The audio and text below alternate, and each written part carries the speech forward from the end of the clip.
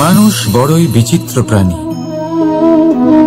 সব সময় লড়াই করতে থাকে, সব সময় চেষ্টা করে যাতে সেই শ্রেষ্ঠ হয়, চেষ্টা করে যাতে তার সামনে সবার মাথা নত হয়। তাই সবার আগে শক্তি অর্জন করার চেষ্টা করে। সে শক্তি অর্জন করেও নেয়, আর তারপর ভয় দেখিয়ে সবাইকে নিজের সামনে নত করে। কিন্তু একটা গুরুত্বপূর্ণ কথা ভুলে যায়, বুঝতেই পারে না। দেখুন, আমি আপনাকে একটা উদাহরণ দিই। আপনি নিশ্চয়ই বৃক্ষ এবং তার ডালপালা দেখেছেন, যা ফলের ভারে নিচু হয়ে যায়। ফল পড়ে গেলে আবার সে উঠে যায়, তারপর আরো একটা ফল হয়, সেটাও পড়ে গেলে আবার উঠে যায়, সর্বদা নত থাকে না। কখনো হাঁটতে গিয়ে আপনি নিশ্চয়ই দেখে থাকবেন যে আপনার পা কোনো ফুলের ওপরে পড়লে তা নত হয়ে যায়, কিন্তু যেই আপনি পা সরাবেন সেই ফুল আবার উঠে দাঁড়ায়। একটা অত্যন্ত গুরুত্বপূর্ণ কথা মনে রাখবেন, যে শির ভয়ভীত হয়ে আপনার সামনে নত হয়, সেই শিরই বিরোধিতা করতে সবার আগে দাঁড়াবে। আপনি জিতে নিন, সবাইকে জিতে নিন, কিন্তু ক্ষমতার দ্বারা নয়। তাদের জিতুন প্রেমের সাহায্যে। রাধা রাধা। ঈশ্বর লতা পাতাকে দাঁড়িয়ে থাকার শক্তি দেননি, ঈশ্বর এই শক্তি দিয়েছেন বৃক্ষকে। এই লতা পাতা বৃক্ষের সাহায্যে দাঁড়িয়ে থাকে, তাতেই বিকশিত হয়। এবার এই লতা পাতা দুই ধরনের হয়। প্রথম সে যে এই বৃক্ষতে বিকশিত হয়, ফুল ফুটিয়ে তোলে, নিজেকেও সুন্দর বানায়, বৃক্ষকেও সুন্দর বানিয়ে তোলে। দ্বিতীয় সে যে বৃক্ষকে পুরোপুরি শুকিয়ে দেয়, তার প্রাণ শক্তি তার থেকে কেড়ে নেয়, আর শেষে নিজেও ধ্বংস হয়ে যায়। তাই মনে রাখবেন, যে ব্যক্তি সবসময় আপনার সাথে থাকে, সবসময় আপনার সম্বল হয়ে থাকে, সবসময় সে আপনাকে সাহায্য করে, আর যদি আপনি তার সাথে ছলনা করেন, আপনার অন্ত নিশ্চিত। এরকম কখনো করবেন না। সেই ব্যক্তিকে ভালোবাসা দিন, সম্মান দিন, আর আমার সাথে প্রসন্ন হয়ে বলুন, রাধা রাধা। কখনো আপনি কোনো কুমোরকে দেখেছেন যারা মাটির পাত্র বানায়? প্রথমে সে ভিজে মাটি মাখে, তারপর তাকে গড়ে, তারপর তাকে চাকায় দিয়ে সঠিক আকার দেয়। যদি আকার ঠিক না হয়, তা তক্ষুনি ঠিক করে দেয়, কারণ সে এটা জানে যে একবার এটা আগুনের তাপে দিয়ে দিলে, একবার এটা শুকিয়ে গেলে, তারপরে এর আকার কখনোই বদলানো যায় না। এখানে লুকিয়ে আছে একটা শিক্ষা, সমস্ত মাতা পিতার জন্য একটা শিক্ষা। মাতা পিতাও তো এরকমই হন। তাদের নিজেদের সন্তানকে সঠিক সময় মতো শ্রেষ্ঠ শিক্ষা দেওয়া উচিত। মাতা পিতা যেন কখনো তাদের বিধাতা না হতে চান, কিন্তু প্রতিটা মুহূর্তে সবসময় চেষ্টা করুন তাদের সঠিক পথ দেখানো, কখনো কোমলতা দিয়ে, কখনো ভালোবাসা দিয়ে, আর কখনো কঠোর হয়ে। তার জীবনকে, তার ব্যক্তিত্বকে আকার দেওয়ার চেষ্টা করুন, কারণ যেমন মাটি একবার শুকিয়ে গেলে তারপর সেই পাত্রের আকার বদলানো যায় না, ঠিক সেইভাবেই আয়ুর বৃদ্ধির সাথে সন্তানের শিক্ষা কখনোই বদলানো যায় না। তা মনে রাখবেন। রাধা রাধা। আপনি কি কখনো কোনো প্রজাপতি দেখেছেন? ভালো নিশ্চয়ই লাগে। আসলে প্রজাপতি কার না ভালো লাগে? ছোট হোক বা বড়, প্রজাপতিকে সবার ভালো লাগে। এবারে ভাবুন, এই প্রজাপতির সূত্রপাত কি করে হয়? এই প্রজাপতি শুরু হয় একটা গুটি থেকে, যেখানে সে সুরক্ষিত থাকে। গুটি ভেঙে যখন সে এই সংসারে আসে, তখন একটা কীট রূপে থাকে। কীট যে ভূমির ওপরে চলাচল করে, যে বৃক্ষের পাতার ওপরে সুরক্ষিত থাকে। তারপরে তার মধ্যে আসে আরো একটা পরিবর্তন, তার ডানা গজায়। তখনই সে প্রজাপতি হয়। তখন সে খোলা আকাশে উড়ে বেড়াতে পারে। সুন্দর সুন্দর পুষ্প থেকে সে মধু পান করে। কখনো ভেবেছেন যে প্রজাপতি ছাড়া আর কেউ এটা পারে না কেন? কারণ সে সেই গুটি থেকে বেরোতে পারে। যদি সে সেই গুটি থেকে নাই বেরোতো, সে উড়তেই পারত না, কখনো প্রজাপতি হতেই পারত না। আমাদের সাথেও ঠিক এটাই হয়। আমরা সবসময় সেখানেই থাকতে চাই যেখানে আমরা সুরক্ষিত থাকি। সেই সুরক্ষা চক্রেই আমরা থাকতে চাই, কিন্তু এই বিকাশ সুরক্ষা সীমা পার হওয়ার পরেই অর্জন করা যায়। তাই যদি আপনি জীবনে বড় কিছু করতে চান, মহান কাজ করতে চান, নিজের ব্যক্তিত্ব তৈরি করতে চান, তাহলে এই সুরক্ষা চক্র ভুলে যান।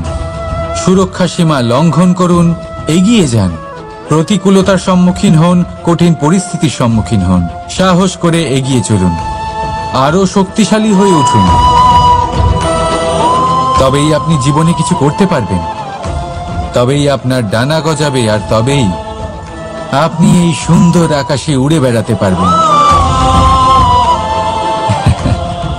রাধা রাধা। আমাদের কোনো স্থানে পৌঁছতে গেলে একটা মাধ্যমের প্রয়োজন হয়। কিছু মানুষ এই মাধ্যমকে রাস্তা বলে, কেউ পথ বলে, আবার কেউ বলে সরণি। মানুষ নিজের লক্ষ্যে পৌঁছানোর জন্য এই পথেরই খোঁজে থাকে, কিন্তু মানুষ একটা কথা বুঝতে পারে না, যে এই পথে এগোতে গেলে এই পথকে পিছনে ঠেলাও অত্যন্ত প্রয়োজন। যদি এটা করার ক্ষমতা আপনার না থাকে, তাহলে আপনার পথ আপনাকে লক্ষ্যে পৌঁছতে দেবে না। দ্বিতীয় কথা, যদি নিরন্তর চেষ্টা আপনি করতে পারেন, যদি সেই ক্ষমতা আপনার মধ্যে থাকে, তাহলে আপনি যখন চাইবেন, যেখানে চাইবেন, নিজের পথ নিজেই বানাতে পারবেন। রাধা রাধা। আমাদের সব থেকে ভালো লাগে বিজয়, সব থেকে অপ্রিয় হলো পরাজয়। কিন্তু আপনাকে একটা কথা বলে দিই, হার নামক কোনো পরিণাম হয়ই না। যাই পরীক্ষা থাকুক না কেন, হয় সেটা জয়তে পরিবর্তিত হয়, নয় সেটা আমাদের কোনো শিক্ষা দিয়ে যায়। তাই কোনো কিছু নতুন শুরু করার আগে কখনো সংকোচ করবেন না। হয় জয় আপনাকে বিজয়ীর মালা পরাবে, নয়তো এই হার আপনাকে অমূল্য কিছু শিখিয়ে যাবে। রাধা রাধা। এই ছোট কাঠের ডাল দেখতে পাচ্ছেন আপনি? একটা বৃক্ষ থেকে এরম হাজার হাজার ডাল পাবেন, যা দিয়ে আপনি আগুন জ্বালাতে পারবেন, যা নিজে জ্বলে আমাদের ভোজন বানাতে সাহায্য করে থাকে, যা নিজে জ্বলে অন্ধকারে আমাদের আলোকিত করে। যদি এটাই অন্যভাবে দেখা যায়, তাহলে এমনই এক ছোট্ট ডালের টুকরো একটা ছোট্ট ফুলকিতেই নিজের সাথে হাজার হাজার বৃক্ষ জ্বালিয়ে দিতে পারে।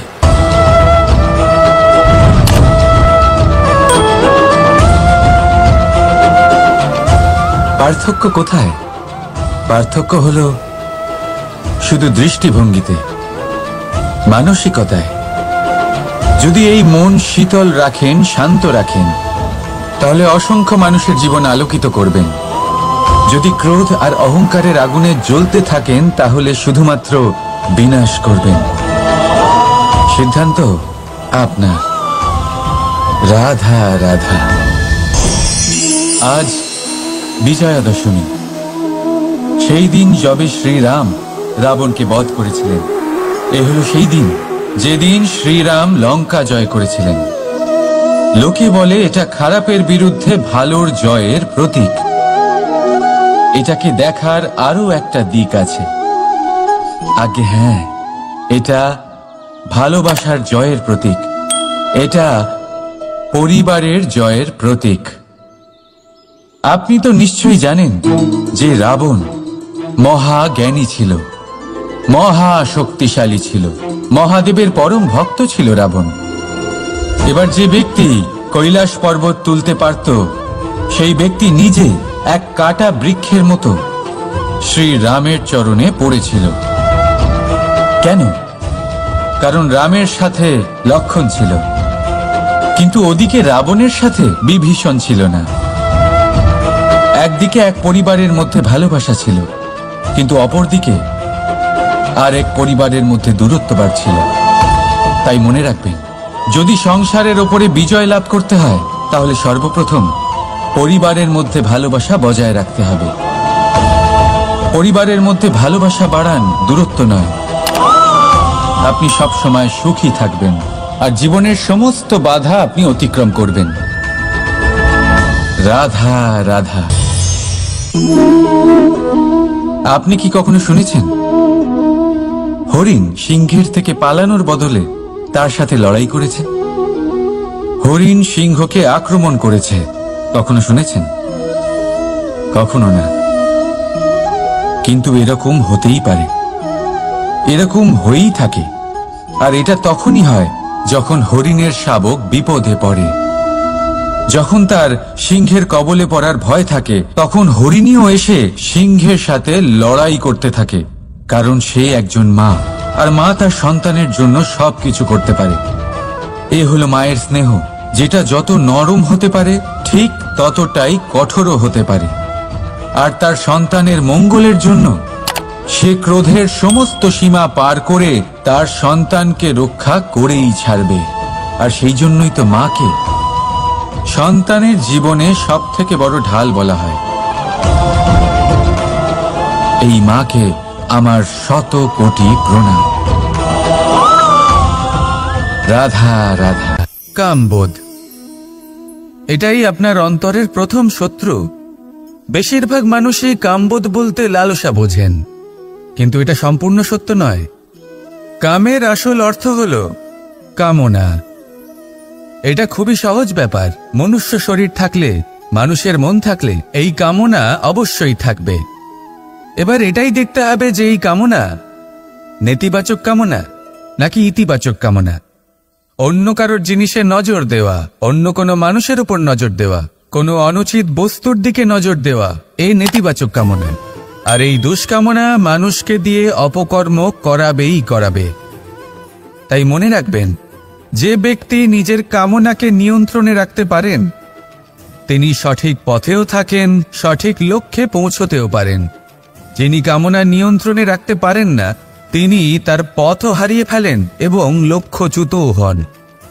তাই মনে রাখবেন, নিজের কামনাগুলিকে নিয়ন্ত্রণে রাখুন। কাম নামক এই শত্রুর ওপর বিজয় লাভ করুন। আর আমার সাথে ভালোবেসে বলুন, রাধা রাধা। হাস্য, হাসি জীবনে অত্যন্ত মূল্যবান হয়। কথায় আছে যে হাসি এবং হাস্য আমাদের জীবনে ওষুধের মতো কাজ করে, আমাদের সুস্থ রাখে, আমাদের জীবনের অনুভূতিগুলিকে আরো সুন্দর করে তোলে।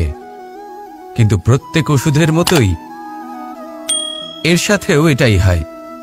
প্রত্যেক ওষুধ সঠিক সময়ে, সঠিক মাত্রায়, সঠিকভাবে গ্রহণ করতে হয়। যদি এরকম না হয় তাহলে এই ঔষধও শরীরের ক্ষতি করে দিতে পারে। এবার আপনি ভাবতে পারেন, হাসি থেকে কিভাবে ক্ষতি হতে পারে? আপনি যদি অন্য কারোর উপরে হাসেন তাহলে হয়তো তার মনে কষ্ট হতে পারে, তার অন্তরের মিত্র হয়তো শেষ হয়ে যেতে পারে, আর অন্তরের শত্রু জেগে উঠতে পারে। কিন্তু এটাই যদি আমরা সকলকে সাথে এনে সকলের সাথে হাসি, তাহলে হয়তো আমাদের অন্তরের এই হৃদয়ের ভেতরে লুকিয়ে থাকা যে শত্রু তা শেষ হয়ে যেতে পারে, আর অন্তরের বন্ধুসত্তা প্রকাশিত হতে পারে। ঠিক কি না? এবার আপনাকে উদাহরণ দিই। যখন দ্রৌপদী দুর্যোধনকে নিয়ে হেসেছিল তখন তা মহাভারতের সৃষ্টির কারণ হয়েছিল। কিন্তু সেইখানেই যখন পার্থ আর মাধব একসাথে বসে মৃদুমন্দ হাসতেন তখন ধর্ম স্থাপন করা হয়েছিল। তা আপনি কি চান? কাউকে নিয়ে হেসে তাকে আঘাত করতে চান, নাকি সকলকে একসাথে এনে তাদের হাসিয়ে তুলে ধনাত্মক প্রভাব ফেলতে চান? সিদ্ধান্ত আপনার। আসুন আর আমার সাথে ভালোবেসে বলুন, রাধা রাধা। মাঝে মাঝে কিছু মুহূর্তের জন্য চোখ বন্ধ করে ধ্যানের বেদিতে বসে ধ্যান করতে চেষ্টা করুন আর বোঝার চেষ্টা করুন যে আমরা সর্বপ্রথম কি দেখতে পাচ্ছি, কি অনুভব করছি। আপনি দেখতে পাবেন সবার আগে আপনার চোখের সামনে আপনার দুষ্কর্মগুলিকে, আপনার লুকিয়ে থাকা ক্রোধ, অন্তরের যন্ত্রণা, ভয়, নিরাশা, এই সব কিছুই সবার আগে দেখতে পাবেন আপনি। আর এই সব কিছুই আমাদের দুঃখের কারণ হয়ে ওঠে। এই সব কিছু সারমর্ম কি? সারমর্ম শুধু একটাই, সেটা হলো এই যে আমাদের এই মন তা কিন্তু দুষ্কর্ম পছন্দই করে না।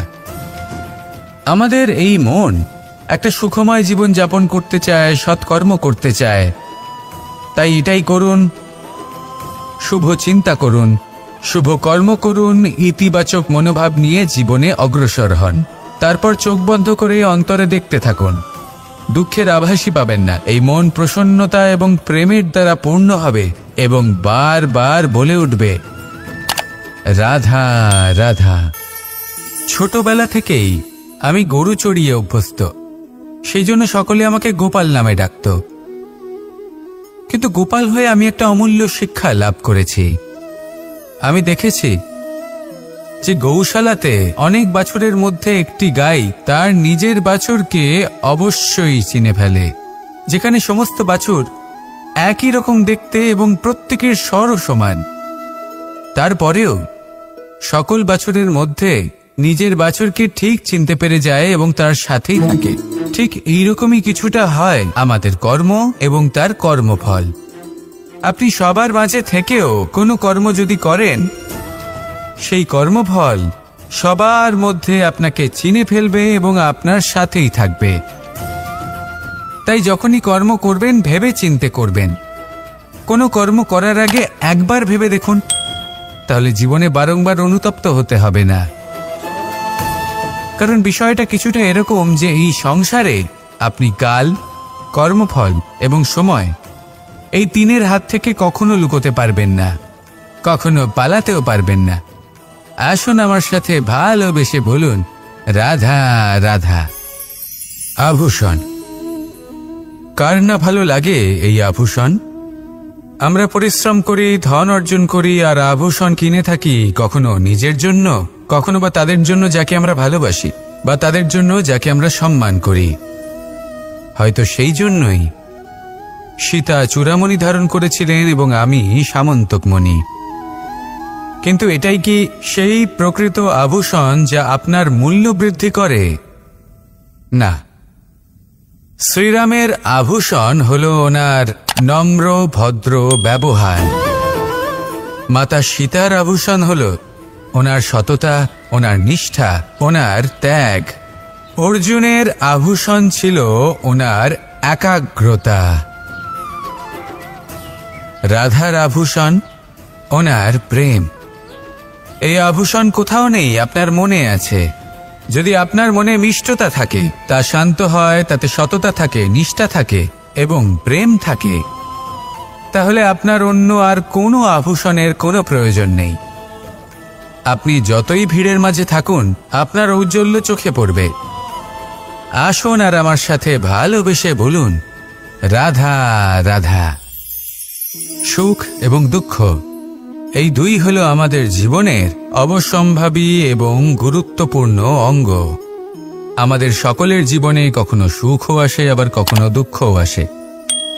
আমরা সবসময় ভাবি আমরা কিভাবে সুখ লাভ করব, কিভাবে আমরা দুঃখ থেকে দূরে থাকতে পারি। আর এই জীবনে যা কিছুই ঘটুক না কেন, সেই সব কিছু আমরা সুখ এবং দুঃখের মাপদণ্ডে মেপে থাকি। এবার এখানে একটা ছোট্ট বিষয় আছে। এটা ভেবে দেখতে হবে যে কে আসলে সুখী ব্যক্তি। সুখী ব্যক্তি হলেন তিনি যিনি নিজের জীবনে নিজের কর্মের বিশ্লেষণ করে থাকেন, সেই বুঝে পদক্ষেপ নেন। উনি কি করতে চলেছেন সেটা উনি জানেন।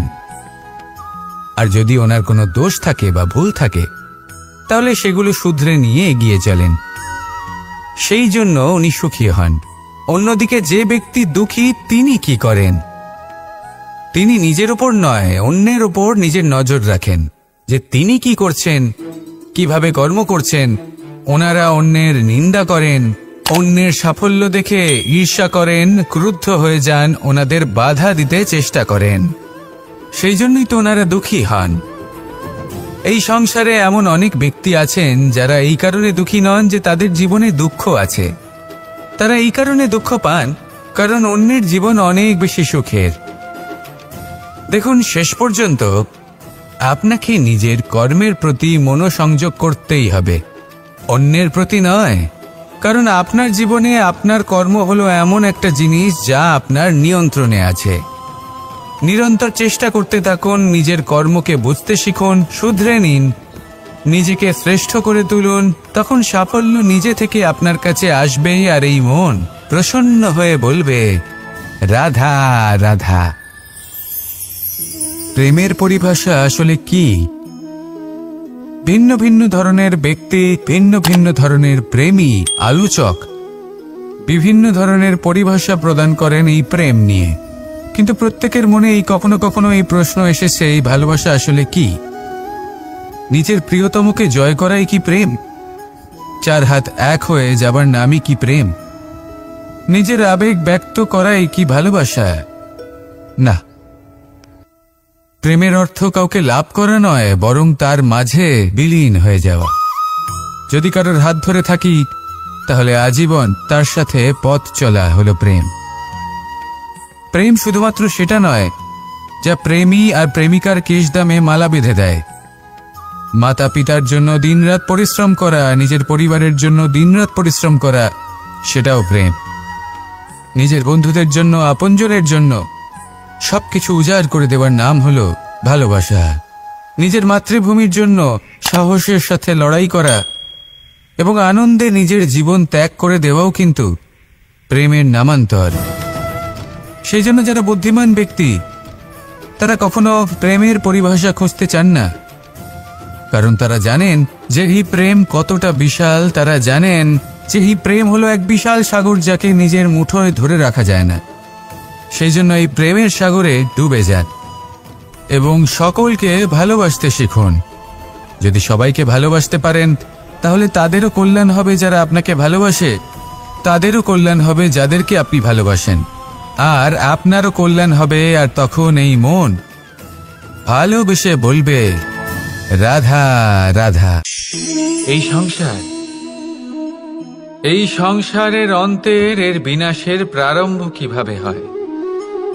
কোনো যোগের মাধ্যমে? কোনো ভয়ানক অসুরের আগমনে? নাকি প্রকৃতির রাগের কারণে? না, এই সংসারের বিনাশের প্রারম্ভ হয় আমি থেকে। এই আমি, এই তুমি, এটা আমি করেছি, ওটা তুমি করেছো, এটা আমার, ওটা তোমার, আদি ইত্যাদি। এই ভাব যখন মনে বাসা বেঁধে নেয়, সর্বপ্রথম ঘর ভাগ হয়, তারপর বসতি, তারপর প্রাণ, আর তারপর দেশ, আর সবার শেষে সমস্ত সংসার ভাগ হয়ে যায়। আর এই ভাগ হয়ে যাওয়া শেষে মনোমালিন্যে পরিণত হয়। এখন এমত অবস্থায় কি করা যেতে পারে? কিভাবে বাঁচা যায় এই পরিস্থিতির থেকে? কিভাবে দূরে থাকা যায় এই বিনাশের থেকে? উত্তর সেই একটাই, করুণা। একে অপরের দরকারগুলি বুঝুন, একে অপরের সমস্যাগুলি বুঝুন, একে অপরের দুঃখের সাথী হয়ে দাঁড়ান, একে অপরের সুখের ভাগীদার হন। আর শেষে যখন এই আমি আমরাতে পরিণত হবে, তখন এই বিনাশ নিজে থেকেই দূরে চলে যাবে। তাহলে আমরাতে বিশ্বাস করতে শিখুন, আর আমার সাথে ভালোবেসে বলুন, রাধা রাধা। আপনি এমন অনেক মানুষকে দেখে থাকবেন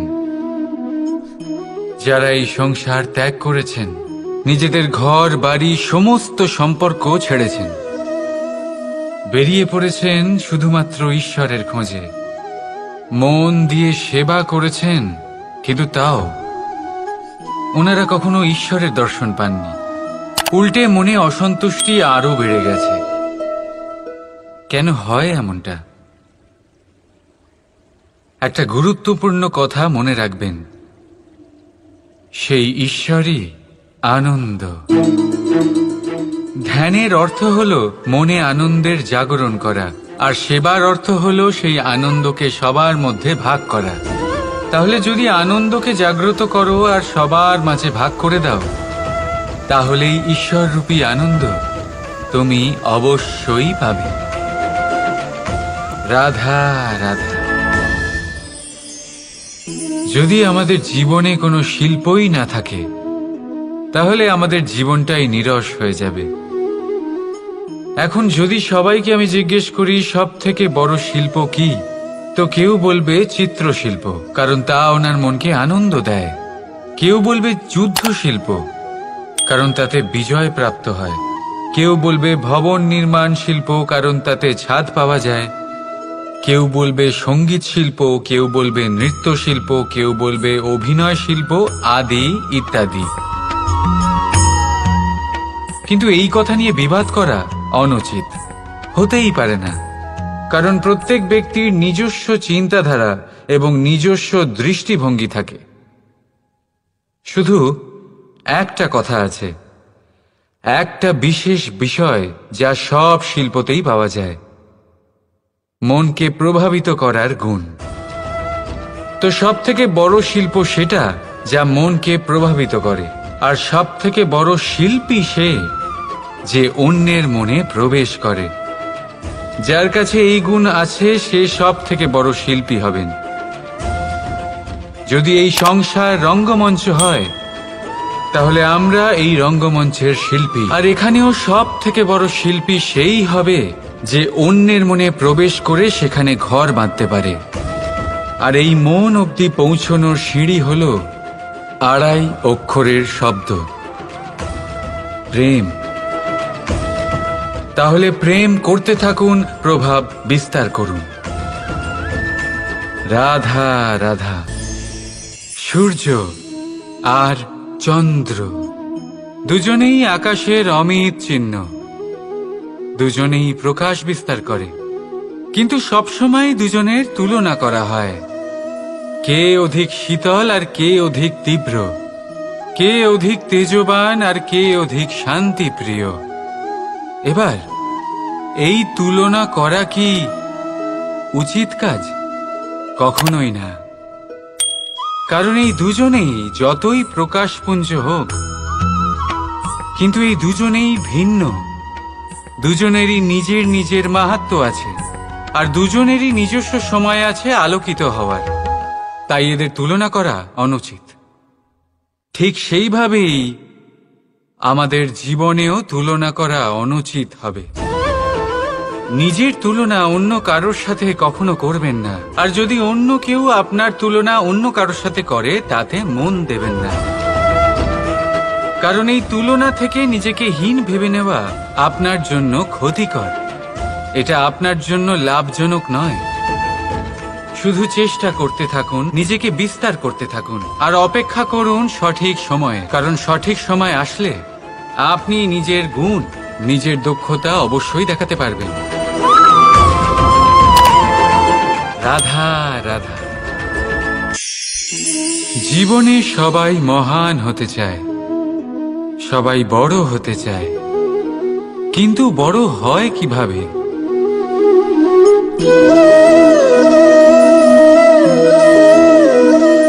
এটা আমার হাতে কি বলুন তো? সর্ষে বীজ? না, এটা হলো বটের বীজ। এই বীজ এত ছোট হয় যে সবার সাথে সহজেই মিশে যায়, বড়ই সহজে ধরণীতে মিশে যায়। কিন্তু যখন এটা বৃক্ষরূপে বড় হয়, আর তারপর যখন পড়ে যায়, সমস্ত পরিবেশকে কাঁপিয়ে দেয়। ঠিক এইভাবেই বড় হতে থাকুন, বটের বীজ আর বটের বৃক্ষ। আর যদি জীবনে আপনি সত্যি বড় হতে চান, তবে সর্বপ্রথম নিজের অহংকারকে, নিজের অভিমানকে ছোট করে নিন। এত ছোট যাতে সবার সাথে বসতে পারেন, কিন্তু অন্তর থেকে এত বড় হয়ে যান যাতে যখন আপনি উঠবেন, তখন কেউ যাতে আর বসে না থাকতে পারে। রাধা রাধা। আমাদের মধ্যে এমন কজন আছে যারা ভয়তে ভীত হয়ে পড়ে, কোনো বৃহৎ কার্য করার আগে মনের সামঞ্জস্য হারিয়ে ফেলে? মোটামুটি সবাই, তাই না? প্রত্যেক ব্যক্তির মনেই এই ভয় জাগ্রত হয়। তবে এর অর্থ আমার দৃষ্টিভঙ্গি দিয়ে মনে হয় এই ভয়ের অনুভূতি খারাপ নয়। কারণ যদি এই অনুভূতি খারাপ হতো, তাহলে কি ঈশ্বর এই অনুভূতি প্রত্যেক প্রাণীকে দিতেন?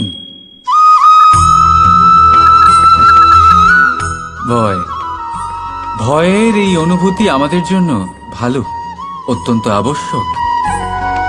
মনে রাখবেন, যে কোনো কার্য করার আগে যদি মনে ভয় উৎপন্ন হয়, তাহলে এর অর্থ এই যে ওই কার্য করার সময় অনেক সংকটের সম্মুখীন আমাদের হতে হবে।